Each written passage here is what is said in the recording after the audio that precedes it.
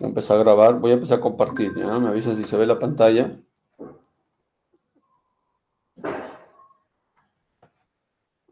A ver, vamos a ver.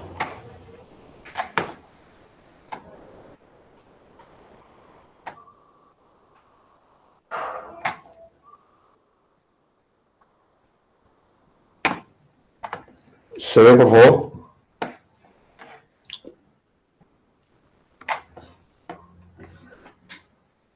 Bueno, jóvenes, esta es la semana 18, que es la última semana de teoría. A partir de la próxima semana tenemos el repaso, ¿ya? ¿Se ve, no, jóvenes? Me avisan, por favor. Ya. Bueno, jóvenes, hoy vamos a estudiar los organismos financieros internacionales y la integración económica. Hoy vamos a estudiar los organismos financieros internacionales y la integración económica. ¿Ya? Vamos a estudiar a Fondo Monetario Internacional, el Banco Mundial y el Banco Interamericano de Desarrollo. Y en los últimos años, cómo los países se han ido integrando o se han ido uniendo. ¿Ya? Por ejemplo, la Unión Europea. Recuerden ustedes que en la Unión Europea hay una moneda única, es el euro, ¿no? Entonces, estos países europeos han ido pasando por una etapa desde el año 1957 para integrarse, juntarse, unirse, ¿ya? Eso vamos a ver. Profesor, ¿en América Latina se podrá lograr eso? Puede ser, no sé, pues será unos 30, 40 años, dependiendo de cómo las naciones vayan evolucionando, y de acuerdo a eso podemos llegar de repente a una integración única, a una única moneda, como la zona euro utiliza la moneda como el euro, como única moneda que ellos usan para intercambiar bienes y servicios. Nosotros también podemos tener ese tipo de moneda, pero por el momento todavía no hay esos avances, ¿ya? La integración económica tiene etapas, ¿ya? Tiene etapas. Son básicamente 6 etapas que hay que seguir una por una para poder nosotros lograr integrarnos totalmente. Bueno, vamos a ver en esta semana, ¿ya? ¿Qué función cumple o qué función ha cumplido el Fondo Monetario Internacional, el Banco Mundial y el Banco Interamericano de Desarrollo dentro de su apoyo o ayuda que hacen a los países que lo necesitan, ¿ya? Vamos a ver la parte histórica, la parte económica, la parte política y vamos a hacer una crítica a estos organismos financieros, obviamente con datos e información que les voy a dar con respecto a este tema, ¿ya? Muy bien. Los organismos financieros internacionales. Vamos. La parte histórica antes de empezar. O bueno, ¿qué cosas son los organismos financieros? Para que tengas una idea primero, ¿no? Es un conjunto de instituciones de carácter internacional. Conjunto de instituciones de carácter internacional, ¿ya? Orientada al desarrollo global, a la financiación del desarrollo global, a la estabilidad financiera y a la cooperación financiera, ¿ya? Instituciones de carácter internacional, desarrollo global, estabilidad financiera y cooperación financiera. Ya, esos son los organismos financieros internacionales. Cooperar, estabilidad, desarrollo. Muy bien. Los principales organismos son, como he mencionado, el Fondo Monetario Internacional, el Banco Mundial y el Banco Interamericano de Desarrollo. Para que tengas una idea básica, ¿cuál es el objetivo del Fondo Monetario Internacional? El objetivo es prestar dinero a los países que tienen balanza de pagos negativo. Países que tengan balanza de pagos negativo, el Fondo Monetario, los que pertenecen al fondo, le van a prestar. El Banco Mundial, su objetivo es reducir la pobreza en el mundo. Reducir la pobreza en el mundo. En el mundo, ¿ah? Banco Interamericano de Desarrollo. Para el Banco Interamericano de Desarrollo, reducir la pobreza está basado en préstamos, ayuda, en inversión en infraestructura, ¿ya? O sea, los del Banco Interamericano de Desarrollo prestan dinero para la inversión en infraestructura, es decir, construir carreteras para conectar pueblos Porque para el Banco Interamericano de Desarrollo, el hecho de que los pueblos no estén conectados entre ellos, los pueblos no estén conectados entre ellos, o sea, es decir, los pueblos no están, no hay comercio entre los pueblos. Cuando no hay comercio entre los pueblos, cuando no hay inversión, dice el Banco Mundial, hay pobreza. Por esa razón, nosotros tenemos que invertir en que haya una carretera, por lo menos, para que haya mayor circulación de bienes y servicios entre las comunidades y los lugares, y de esa manera reduzcamos la pobreza y haya mayor economía, mayor trabajo, empleo, y por lo tanto reduzcamos la pobreza. O sea, es decir, su objetivo está en préstamo de dinero, ¿no? Para inversión en infraestructura. Inversión en infraestructura. Y esto trae consigo algo importante, ¿ah?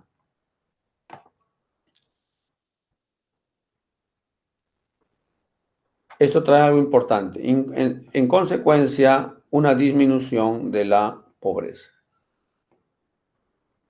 ¿Ya? Eso es. Pero, mucho cuidado, profesor, pero eso no es el Banco Mundial, un ratito. El Banco Mundial hace a nivel mundial. El Banco Interamericano de Desarrollo lo hace en América Latina y el Caribe. América Latina y el Caribe. ¿Ya? Muy bien. Bueno, vamos a ver este origen. A ver, señores. ¿Qué año se crea el Banco Mundial? El 22 de julio de 1944 en la ciudad de New Hampshire, Estados Unidos, Washington, D.C. 1944, casi ya al término de la Segunda Guerra Mundial, prácticamente el término de la Segunda Guerra Mundial. Pero ¿cuáles son los antecedentes para crear estos organismos financieros? ¿De qué se trata estos organismos? ¿Cuál es su objetivo?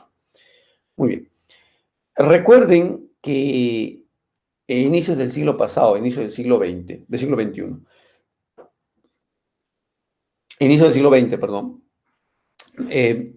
hubo dos guerras mundiales, ¿no? Dos guerras mundiales. Un problema grave, los países tenían muchos gastos y faltaba dinero para cubrir luego las necesidades de la población. Uno. Dos, ¿qué cosa más había en este entorno, en este momento? Lo que había era no solamente el problema de la guerra, sino entre el 14 y el 39 más o menos hubo una crisis económica, el crack del 29, el famoso crack del 29. Y el crack del 29 trajo consigo poco más y la caída del capitalismo, ¿ya? Y posteriormente, eso fue el crack del 29, ¿no? Pero antes de ello, después de la Primera Guerra Mundial, en 1917 se da la famosa Revolución Rusa. La Revolución Rusa, que da un salto político importante porque aparece un nuevo sistema o una nueva propuesta de sistema, la anterior era el capitalismo, o la que hasta ahora predomina, y aparece una nueva propuesta llamada socialismo o comunismo, en el caso extremo. 1917 se da la Revolución Rusa por el gran Vladimir Ilich Ulyanov, más conocido como Lenin. Muy bien. Estos problemas graves hicieron pues que los países potencia sienten cabeza y empiecen a discutir sobre el problema de qué hacemos cuando nos quedamos sin dinero. Bueno, Estados Unidos y los demás y sus secuaces, así le digo yo, ¿no? Dijeron, bueno, vamos a crear un fondo de dinero, ya, como una especie de una bolsita, algo así como un ahorrito, ¿no? Vamos a crear un fondo de dinero, un fondo monetario, solo en Estados Unidos, no, entre varios países. Entonces será internacional, por eso se llama Fondo Monetario Internacional, donde todos guardan su dinero, donde todos ponen su dinero, y cuando lo necesiten, cuando tengan problemas graves, lo saquen para prestar. Muy bien. Pero acá surge algo interesante. Suena interesante, ¿eh? Suena interesante. ¿Ya? Pasa el tiempo, los gobiernos a la cabeza de Estados Unidos, ¿sí? Se da con la sorpresa de que ahora prestan a países subdesarrollados, ya no entre ellos, sino a países desarrollados ya no, sino a países subdesarrollados. O sea, tú tendrías que ligarte, tendrías que unirte, asociarte al Fondo Monetario para que te pueda dar los préstamos que tú necesitas. Pero solamente se podían afiliar los países capitalistas o los que estaban de acuerdo con el capitalismo o los que seguían los lineamientos del capitalismo, ¿ya? O los que dices que son, los que dices que son liberales, pero al final ni siquiera saben qué cosa es liberalismo, ¿ya? Pero bueno, dícense llamar liberales. Entonces están de acuerdo con el capitalismo. Bueno.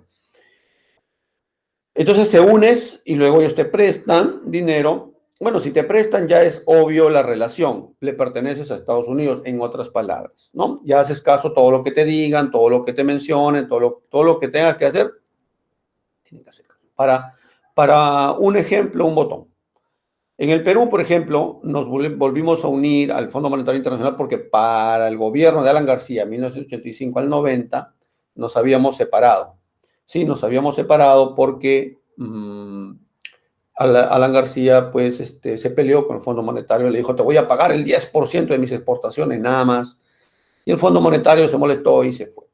No hizo caso. Entonces, con Fujimori volvimos a estar con el Fondo Monetario, pero el Fondo Monetario le había dado unos lineamientos. Los lineamientos era pues lo siguiente, o sea, nosotros estamos con la balanza de pagos negativo, o sea, estamos pésimos, nos faltaba dinero. El Fondo Monetario le dice, bueno, despidan trabajadores, despidan trabajadores del Estado, de esa manera tienen menos gastos y comprimen la deuda que tienen, ¿no? El desfalco que tienen. Entonces, despidieron trabajadores del Estado de cantidad, un montón de trabajadores, y ni siquiera le dieron sus beneficios sociales. Bueno, por lo menos despídelos y dale sus beneficios sociales. Claro, obviamente tampoco iba a haber, ¿no? Supuestamente en la época, no iba a haber para darle. Entonces los botan a la calle, ¿y qué cosa queda? ¿Qué cosa le queda a esa gente que ha sido despedido por el gobierno? Muchos de ustedes de repente tendrán familiares, abuelos, no sé, tíos, no sé, y pregúntenles si alguna vez les ha pasado, se han trabajado para el Estado entre el 85 y el 90 y van a ver que muchos le van a decir, pues si no, nunca me dieron nada, simplemente me despidieron. Esa era la receta del Fondo Monetario, así le llaman, ¿no? Receta del Fondo Monetario. Y ya vimos todo el desempleo que se generó, y bueno, la gente cuando tiene desempleo y no hay trabajo, lo único que le queda, pues es ambulante. Apareció la tercera ola o la tercera oleada de ambulantes en el Perú. Todas las calles empezaron a abundarse ambulantes, la avenida, no sé si conoce la avenida Bancay, ahora está limpia, antes era un caso extremo. Todos los ambulantes paraban en todas las pistas. Y en medio de la pista agarraban un carril todavía para poner sus negocios y hacían así, terrible. Muy bien, entonces eso fue lo que generó las recetas del Fondo Monetario. Las recetas del Fondo Monetario Internacional generaron esas cosas, señores, para que veas. Y bueno, y pertenecemos a él y bueno, le tenemos que hacer caso. Muchos países hicieron caso y algunos terminaron, o muchos de ellos terminaron muy mal, ¿ya? Con graves crisis sociales.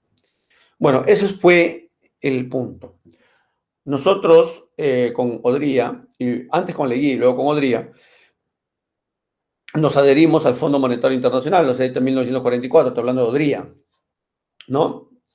Y de Leguía también, porque se recuerda que en el curso de historia te enseñaron que Perú se une al imperialismo norteamericano con Leguía, ¿no? Y luego le sigue también Odría, y ahí es donde nosotros nos insertamos al Fondo Monetario. Bueno, ¿para qué sirve esto? Esto es una estrategia política de Estados Unidos para captar más países y se adhieran al bloque capitalista, porque había muchos otros países que estaban adhiriéndose al bloque socialista, comunista.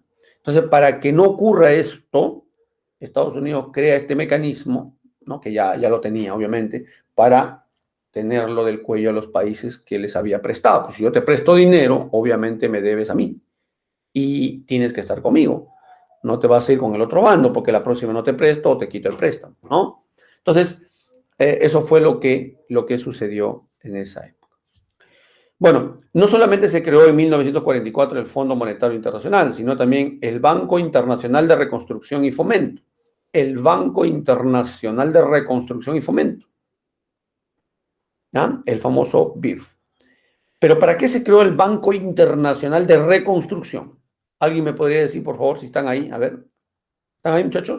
Vamos, a ver. Vamos. ¿Para qué se creó el Banco Internacional de Reconstrucción y Fomento? ¿Mm? ¿Cuál? Claro, por eso, ¿para qué se creó el Banco Internacional de Reconstrucción y Fomento en esta época, cuando se creó el Fondo Monetario? A ver, cultura general, cultura histórica, económica. ¿Ah? Bueno, le voy a dar una pista. Ya, muy bien, muy bien. ¿No? Qué bueno que seas muy, muy realista, José Antonio. ¿Ya? A ver, se creó el Banco de Reconstrucción, 1944. A ver, deduzcan. Banco de Reconstrucción. ¿Qué cosa había que reconstruir? 1944. Claro, está bien, perfecto, pero ¿qué cosa había que 1944? ¿Qué cosa había que reconstruir? Europa, ¿por qué? ¿Por qué? Claro, muy bien, ahora sí, ya lo sacaste, ¿ve? No, yo no te dije nada, Antonio, solamente te estoy dando un escenario y tú rápidamente dedujiste y sacaste la conclusión, por supuesto. Había que reconstruir a los bancos, bueno, a los bancos, había que reconstruir a los países que habían sido devastados por la guerra y además a otros países, ¿no? Que tenían consecuencias del crack del 29. Muy bien, Durán, perfecto. Habían países que tenían consecuencias graves en el crack del 29, que esto generó que haya pues esta grave crisis. ¿Sí? El crack del 29 fue el que generó este problema. ¿Ya? Y además, no solo el crack del 29, sino también la Segunda Guerra Mundial. ¿Qué países habían sido destruidos casi en su totalidad? Alemania y Japón. Y Estados Unidos ayudó a estos dos países, apoyó a estos dos países. Pero tú dirás, profe, qué buena gente son los gringos, ¿no? O sea, ¿cómo apoyan, profe? Lo máximo son. ¿Ah? Bueno, ya sabes, ¿por qué no los apoyaron? La respuesta es sencilla. Pero ¿por qué los apoyaron? Los apoyaron porque si no lo hacía, se iban a volver al bloque comunista, al bloque socialista. Los estaba esperando, la Rusia, la ex Unión Soviética, los estaba esperando para recogerlo en sus brazos y de esa manera estar en contra de Norteamérica, obviamente.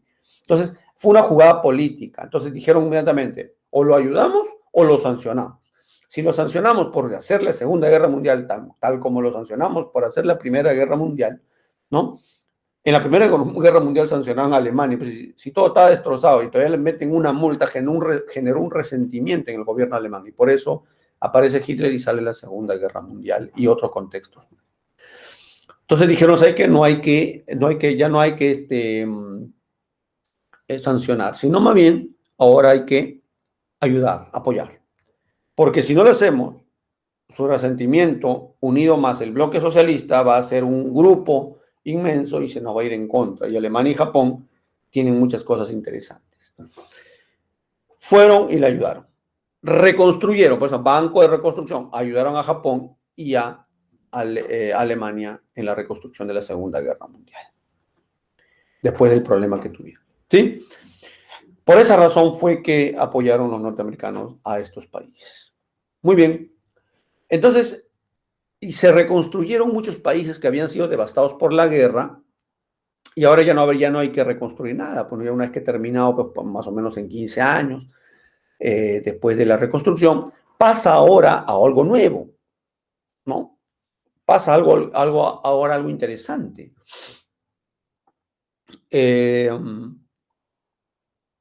¿Qué hacemos ahora con este banco? Porque ya reconstruyeron a todos los países, ya no habría que reconstruir más. Entonces ahora dicen, bueno, vamos a crear ahora un banco mundial. ¿Sí? ¿Para qué? Para ayudar a todos los países y reducir la pobreza en el mundo. Por eso hay que crear un banco mundial, para reducir y apoyar, para reducir la pobreza en el mundo. Los países salgan de la pobreza más rápido. Ya. Entonces, el banco originalmente no se llamó Banco Mundial, originalmente se llamó Banco de Reconstrucción y Fomento. Luego de un tiempo recién le llamaron Banco Mundial. Así que no vayas a creer que Fondo Monetario Internacional y Banco Mundial se crearon. No, eso está mal. Primero se creó el Banco de Reconstrucción y Fomento. Luego, después de reconstruir los países, recién se crea el Banco Mundial, después de mucho tiempo. Muy bien. Esto generó que, bueno, sea bien recibido por el mundo, porque si el objetivo es reducir la pobreza en el mundo, bueno, está muy bien, ¿no? Ya han pasado cerca de más o menos unos 50 años, 60 años, y hasta ahora la pobreza no ha disminuido, más bien ha aumentado. La pobreza ha aumentado, los ricos cada vez son más, y lo peor de todo es que los ricos se unen en monopolios y de esta manera hay un gran desbalance entre pobres y ricos. O sea, esto no es ideología, no es pensamiento, son estudios que se han hecho en los últimos años. El Premio Nobel de Economía 2001, Joseph Stiglitz, manifiesta lo siguiente. El 1% del mundo es rico y el resto está en la desigualdad y en la pobreza. Algunos en pobreza, otros en pobreza extrema. Y estos son con datos reales, ¿no? Por supuesto. Entonces, estos organismos financieros tienen una fuerte crítica en los años. Y sobre todo no les interesa la parte ecológica. No les interesa la parte ecológica. O sea, de ese lado todavía, por un lado, no cumplen lo que dijeron hace muchos años de reducir la pobreza y segundo, o de apoyar a los países y segundo, no tienen problemas también con la ecología, pues no toman en cuenta estos factores. Muy bien. Entonces, jóvenes, eso es básicamente la introducción de cómo se crearon estos organismos financieros. Siempre con objetivo, agarrar del cuello a los países subdesarrollados para que estos sean dependientes de lo otro. Eso no significa que nosotros seamos, pues, unos santos, unos abusados, y nosotros somos las víctimas y ellos son los victimarios. No es así. ¿Ya? No es que seamos víctimas, sino más bien nosotros, como no podemos resolver nuestros propios problemas, entonces el lobo nos está esperando, ¿no? Y tampoco te obligan, pues, eso es lo interesante. Ellos no te obligan, no te dicen, ya, tú estás mal, ya te ayudo, si no, ya sabes. No, tú si quieres vas, pues, ¿no? Tú vas y ya. Al final, ese es el problema, ¿no? Aquí más vas a recurrir también, pues, pero víctimas no somos, ¿sí? Más bien somos víctimas de nuestros propios problemas y nuestros propios errores y nuestras propias deficiencias y nuestros propios... nuestra propia forma de manejar un país, ¿no? Muy bien. ¿Alguna pregunta que tienen hasta aquí, por favor, para continuar con la teoría? ¿Hay alguna preguntita? Profesor, los que son miembros de la FMI, ¿no hacen aportes o sí? ¿O solo guardan su dinero? Mira, por ejemplo, justamente eso iba. Mira, acá en esta parte, voy a agrandarlo, ¿ya? A ver, voy a agrandarlo un poquito para que lo puedan ver. Acá está. Los aportes al FMI son Estados Unidos a la cabeza. Tiene casi el 17,5%. Luego está Japón, Alemania, Francia, Reino Unido, los más bravos. Los árabes no tanto por potencia mundial, sino los árabes por la cantidad de dinero que manejan, ¿no? Canadá, China, Rusia, ¿ya? Pero Estados Unidos está a la cabeza, como siempre. O sea que cualquier cosa pasa por su mano. Muy bien. ¿Está claro, jóvenes? ¿Sí, ñaño? Sí, gracias. Muy bien. Si no hay otra pregunta, la directora actual es una señora, Cristina Georgieva, ¿ya? En el Fondo Monetario Internacional era anteriormente Joseph Stiglitz en los años 98, 99, 2000, antes que le den el premio Nobel, porque él cuando no era premio Nobel todavía, él era director del Fondo Monetario Internacional, ¿ya? Pero le dan el Nobel y se retira del Fondo Monetario Internacional. Se retira del Fondo Monetario. Cuando le dan el premio Nobel 2001. Y una vez que le dan el premio Nobel, publica libros, varios libros, criticando al Fondo Monetario Internacional. ¿Ya? Criticando al Fondo Monetario Internacional. Y esta crítica lo hace, pues, de conocimiento de causa. Si él ha trabajado en el fondo, él sabe todo lo que funciona y cómo funciona este organismo. Entonces, acá no hay que son suposiciones. ¿no? Y tiene muchos libros publicados en la época. Yo tengo acá algunos. Yo tengo más o menos 10 libros de Stiglitz, ¿ya? Acá te presento uno, mira. Si te das ¿se ve, por favor? Sí, sí, sí. Ya, dice, la crisis económica mundial. Y en uno de los autores está Joseph Stiglitz, en la segunda línea. Primero está Krugman, también es otro grande, otro premio Nobel de Economía también. ¿Profesor Gorbachev no es de Rusia? Claro, sí, sí, sí. Gorbachev también es de Rusia, pero también ha dado su opinión acá.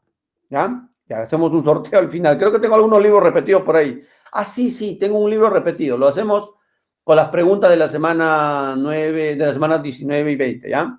Tengo algunos libros ahí que tengo repetidos. Ya. Y este es uno, la crisis económica mundial.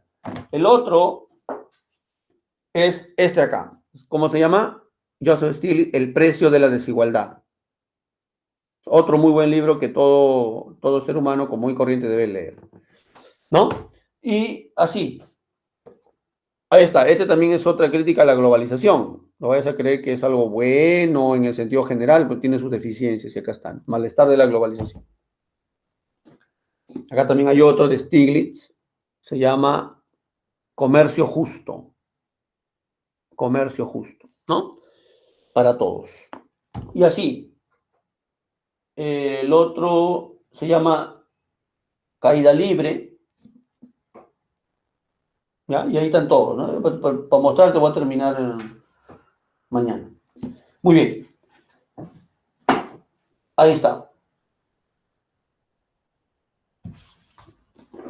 Esos libros del Stiglitz son interesantes por la información que tienen y por los datos que brindan, ¿ya?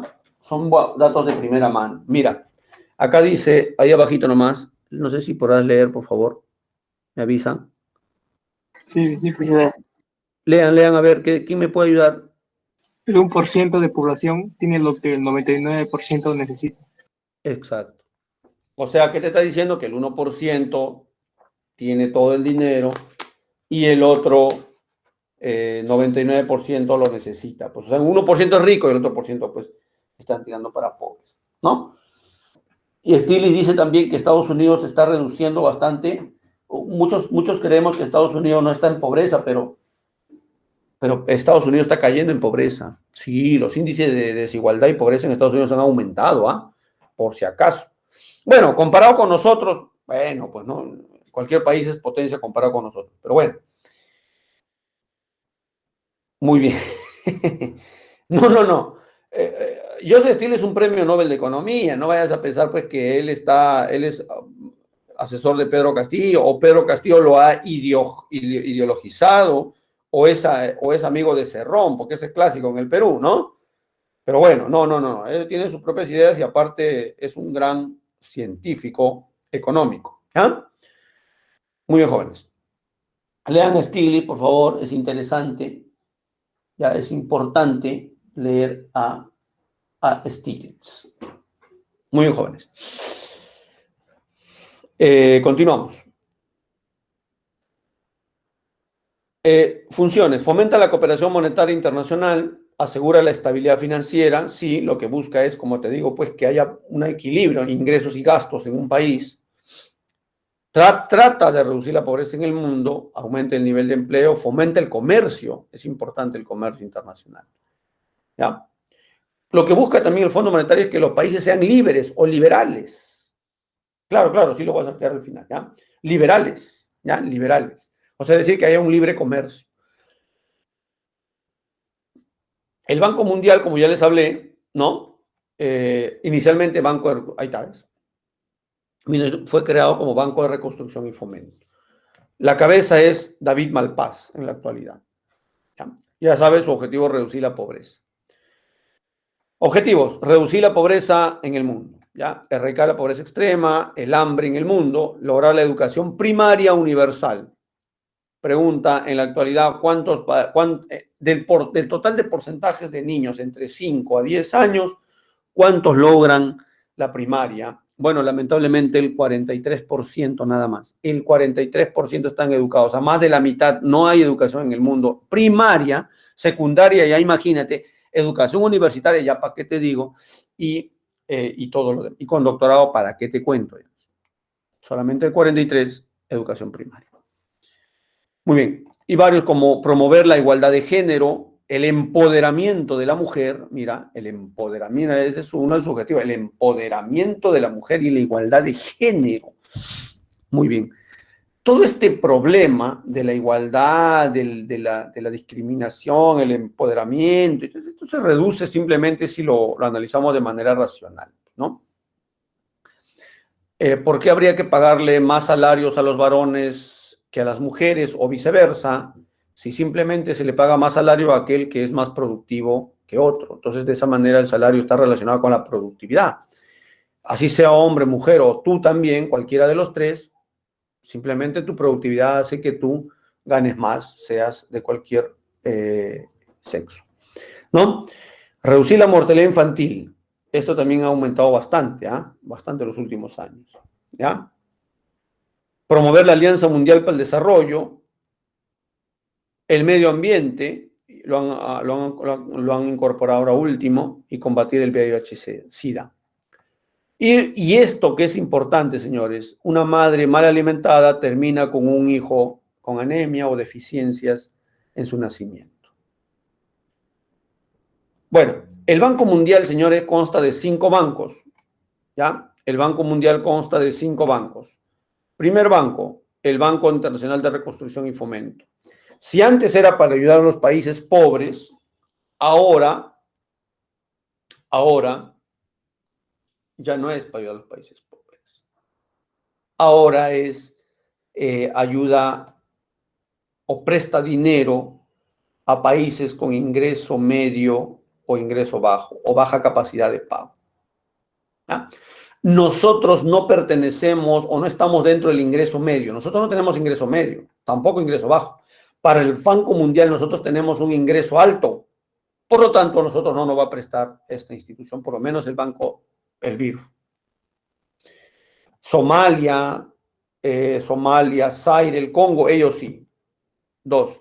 Concede préstamos sin intereses o créditos, así como donaciones a gobierno de los países más pobres. Eso sí, concede préstamos sin intereses a los países pobres extremos, Somalia, por ejemplo. O a veces ni siquiera devuelven o les regalan el dinero. Corporación Financiera Internacional. Acá hay un préstamo a la inversión privada, un préstamo el Banco Mundial presta al sector privado también, pero básicamente en algunos proyectos que beneficien a la sociedad, que beneficien a todos, ¿ya?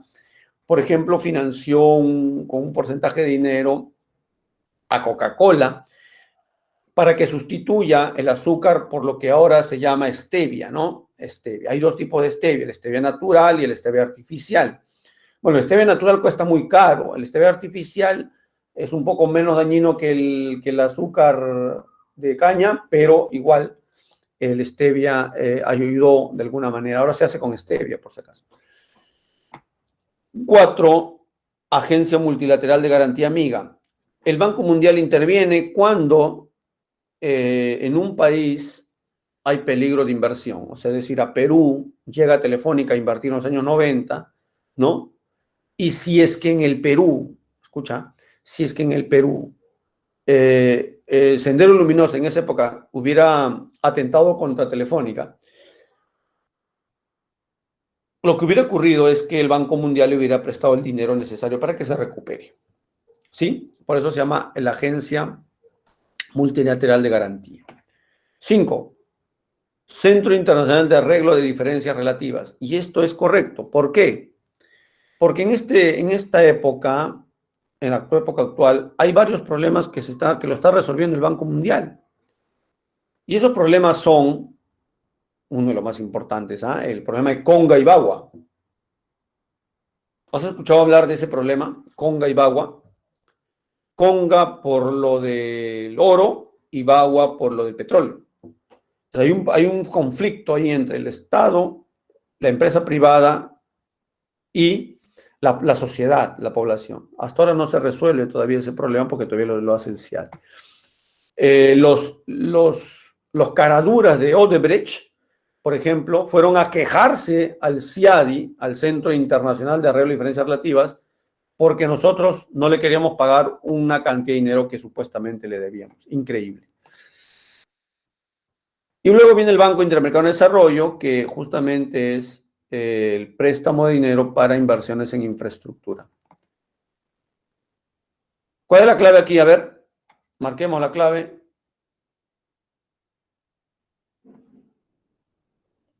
¿Cuál es la clave? A ver.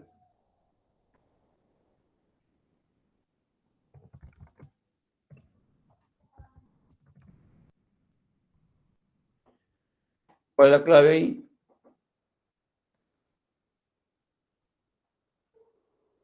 ¿Salió?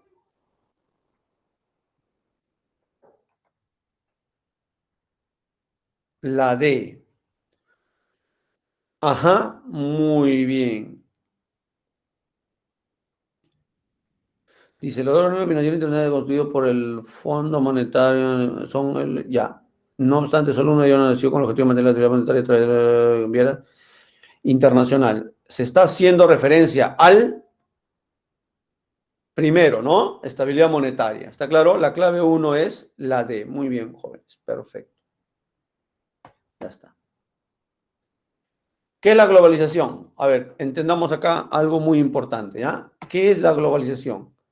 La globalización es la unión económica, política, social y sobre todo cultural entre los países.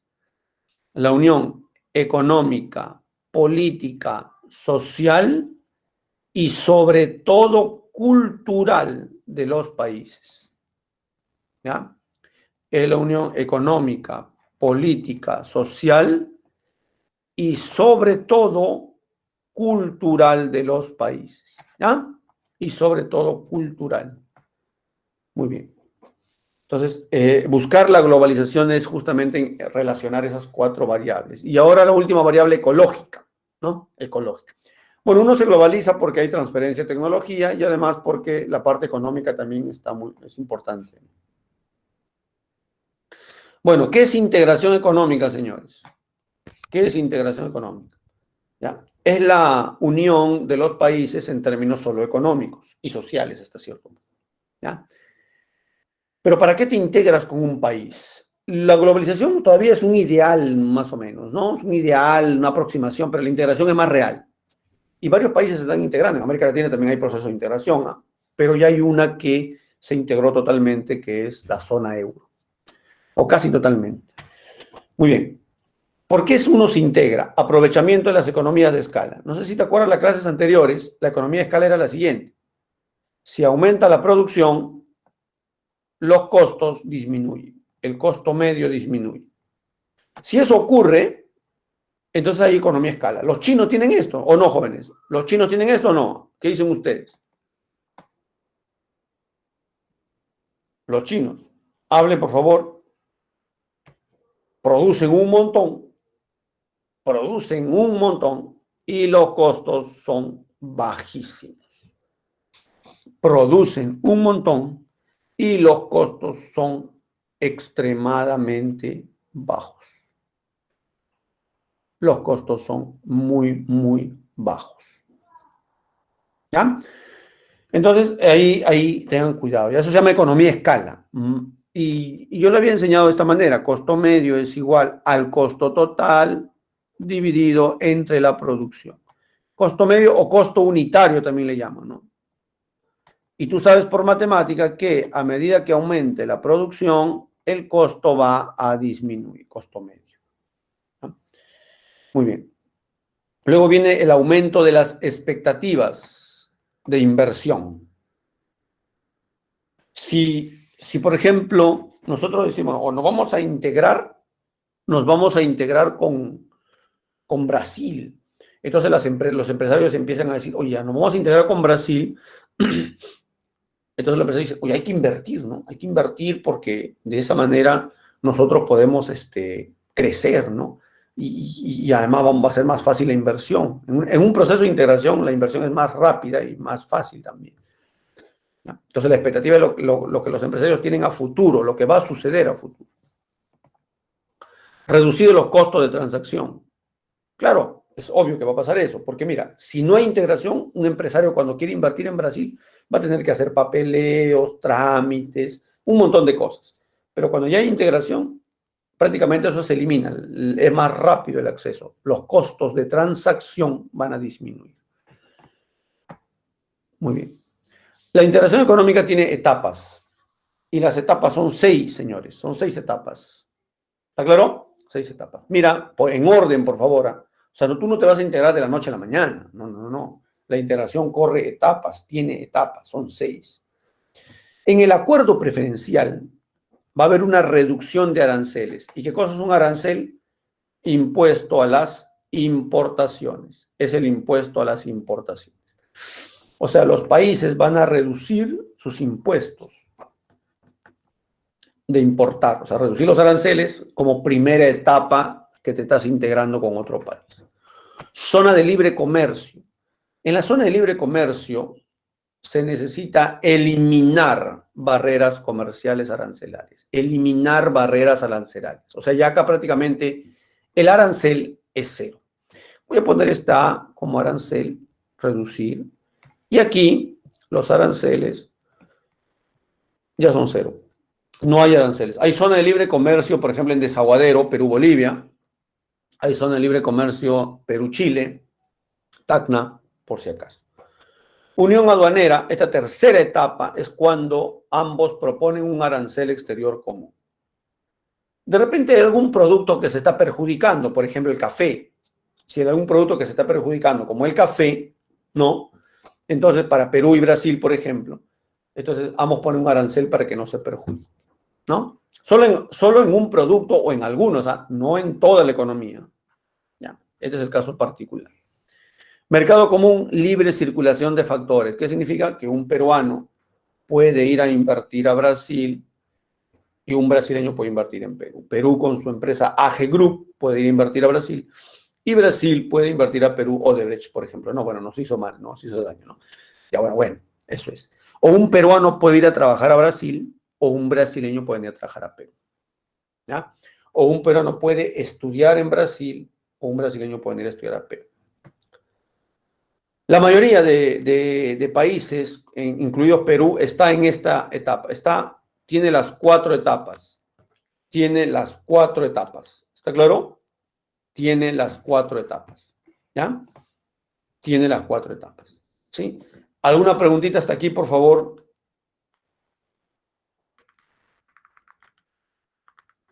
¿Alguna preguntita hasta aquí, por favor?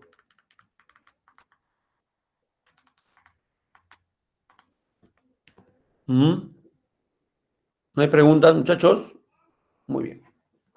Esa es la 4ª etapa, ¿ya? La quinta etapa es la unión económica y monetaria. Eso todavía no hemos logrado en América. Estamos a la 4ª etapa. Ahorita vamos a ver qué instituciones. Unión económica monetaria. ¿Ya? Muy bien. Acá hay una única moneda. Por ejemplo, en la zona euro, el euro es la única moneda. Y en la 6ª, que es la última, ya hay una unión total, política fiscal, tributaria, presupuestales y monetaria. Prácticamente 2 países ya son como un solo país, en otras palabras. Muy bien. Luego acá vienen los acuerdos de integración. Como les decía al comienzo, el primer acuerdo de integración que se realizó fue la Unión Europea, 1957. ¿Ya? 1957. 1957 se realizó el primer acuerdo de integración, ¿sí? En el famoso Tratado de Roma. ¿Ya? En el famoso Tratado de Roma. ¿Ya? Se crea esta integración o unión de los países europeos. Importantísimo. Desde 1957 hasta 1999, que recién se da la zona euro, se llega a la 5ª y casi 6ª etapa del proceso de integración. Ya pasaron todas las etapas. ¿Ya? Eso es lo que quiere decir. La salida de Reino Unido, porque Inglaterra, o sea, bueno, Inglaterra es un país de Reino Unido, ¿no? Porque Reino Unido es Inglaterra, Escocia, Gales, ¿ya? Muy bien. Irlanda, el duende maldito. La salida del Reino Unido de la Unión Europea, comúnmente abreviada como Brexit, inició el 23 de junio de 2016, cuando el pueblo británico votó a favor de abandonar su condición de Estado miembro de la Unión Europea. Se retiraron.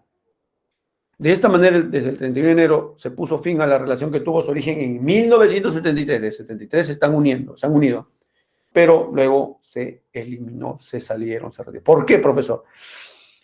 ¿Por qué se retiraron? Porque hubo muchos problemas, señores. Uno de ellos es el trabajo, o sea, es decir, en el trabajo, en la parte del trabajo. Cuando un francés iba a trabajar a Inglaterra, el francés cobraba barato su fuerza de trabajo. Cuando un inglés iba a trabajar a Alemania, le pagaban bajo, poco dinero. Entonces, esa diferencia hizo pues que, entonces, ¿para qué vamos a unirnos o para qué voy a pertenecer a esta Unión Europea si perjudica a los trabajadores? Y como en Inglaterra existen el famoso Partido Laboralista, hay dos partidos, el liberal y el laboralista. El Partido Laboralista inglés es el que pesa más en ese país y es el que ha presionado para retirarse del Brexit. ¿Ya? Muy bien. Luego tenemos otro en América Central, Estados Unidos, Canadá y México forman el famoso Telecan o NAFTA. A partir del 2018, Donald Trump hizo las revisiones, porque dice él no le convenía este Tratado de Libre Comercio, y hizo cambios. ¿Ya? Muy bien. ¿Qué es lo que buscan estos señores?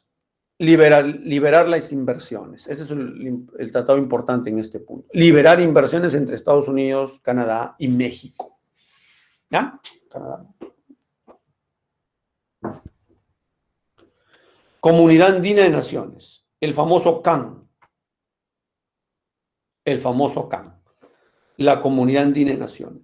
Este tratado de acuerdo, 1997 en Perú, lo que busca, ¿ya?, entre los países de Bolivia, Colombia, Ecuador y Perú, lo que busca es promover el desarrollo equilibrado de los países. O sea, que Bolivia, Colombia, Ecuador y Perú crezcan de manera conjunta y ninguno se retrase.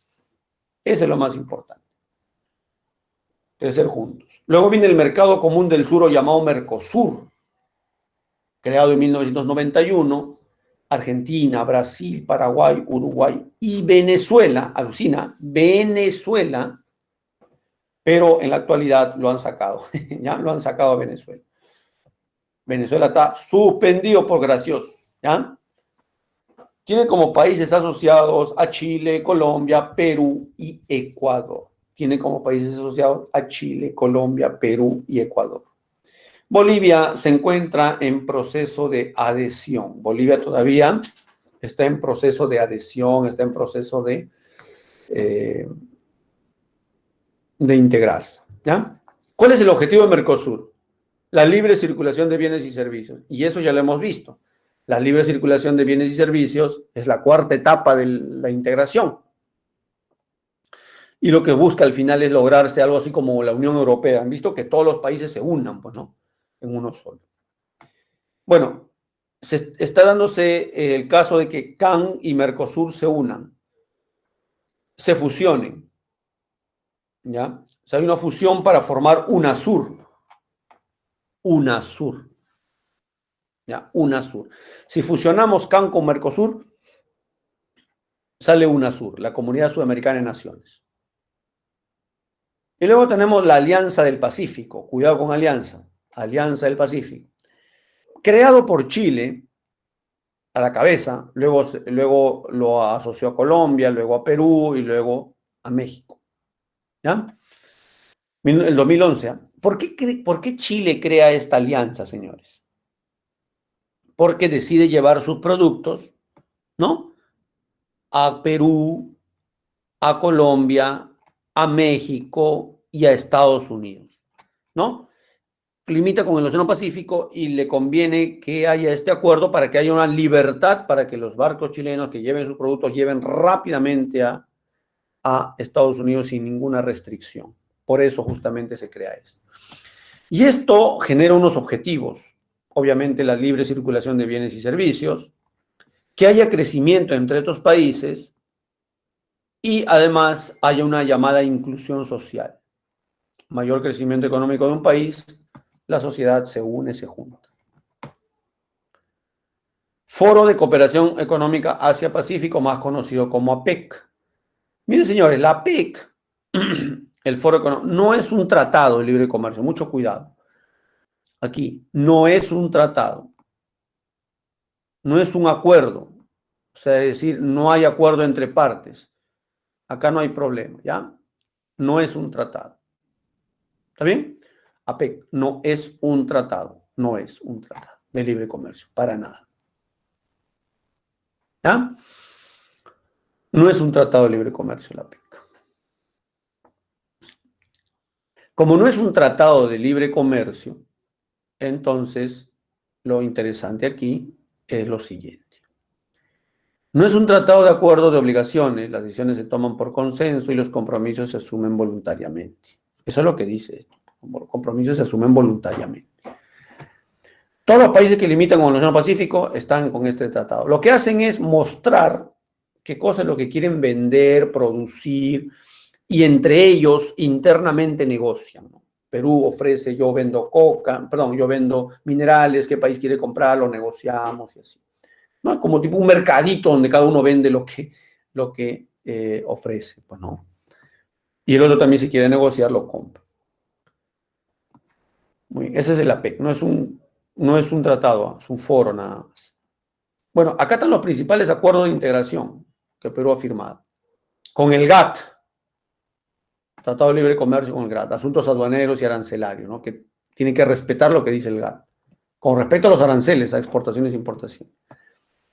La OMC también, de 1995, Fujimori, en la época de Fujimori. Acuerdo de Cartagena, 69, todos los acuerdos que tiene Perú. Comunidad Andina, 97, Mercosur, Perú-Cuba, hay un tratado de libre comercio Perú-Cuba año 2000.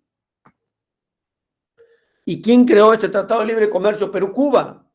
El chino Fujimori, pues, ¿no? Y vas a decir que Fujimori es pro-socialista porque está con Cuba.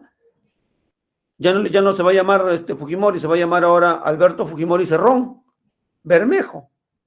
No, pues, si conviene económicamente, lo hacemos, pues, ¿no? Y si no conviene, lo sacamos, pues también, así sea Cuba, Estados Unidos, quien sea. Si conviene, bacán, si no conviene, lo sacamos. Sí, es simple, ¿ya? O vas a decir que Fujimori, pues es Fujimori Bermejo, Bermejo Cerrón. No, pues. Bueno. Acuerdo libre comercio entre Perú y Chile. Ahí está, 2006. Perú-México, 2011. Perú-Estados Unidos, 2006. Perú-Canadá, 2008. Perú-Singapur, 2008. Perú-China, 2009. ¿Ya? Perú-China, 2009. Muy bien. Los gringos se nos adelantaron, pues, porque no querían firmar los gringos, ¿ah? No querían. ¿Ah? Entonces Perú inició las negociaciones con China. Entonces Estados Unidos dijo, no, tan loco, no. Mejor no, ¿ah? Mejor nos adelantamos. Nos adelantamos porque si no le van a vender a todos los chinos y nos vamos a quedar sin nada. Bueno, 2006 se aceptó, bajo amenaza, ¿no? Y luego el 2009 recién se firmó con China, pero ya previamente con Estados Unidos, ¿no? Estados Unidos es algo así como sacarle celos al enamorado, ¿no? Muy bien. Y cayó Estados Unidos, ¿no? Cayó. Luego otros acuerdos, Perú-Corea del Sur al libre comercio, acuerdo de libre comercio es con Corea del Sur, 2011, ahí está, con BTA, Tailandia, Japón, Venezuela, Costa Rica, con varios países del mundo, ¿eh? Por eso la economía creció bastante. ¿Eh? Con Reino Unido también, imagínate. Increíble, ¿no? ¿Quién pensaría? Profe, pero ahora con Cerrón todo esto ya fue. Con Cerrón, digo, con mi tío Pedro Castillo. No, hijo, no pasa nada. Lo sacamos en una, si no, lo sacamos en una. Acuerdos comerciales, a la cabeza el profe. Firmado Perú, próximo entrada en vigencia. Perú-Guatemala, 2011. ¿Cuál es la clave aquí? A ver, vamos, ¿cuál es la clave en la 7? Más ahí. No. ¿Cuál clave en la 7, por favor? La Unión Europea, muy bien, la Unión Europea, ¿no? Después de la Segunda Guerra Mundial. La clave es beso. Muy bien, jóvenes, nos vemos la próxima semana. Gracias, eso ha sido todo por hoy. Ya la próxima semana ya son un repaso. ¿Ya? Muchas gracias, jóvenes. Chao, cuídense. Hasta luego. Estudien, por favor.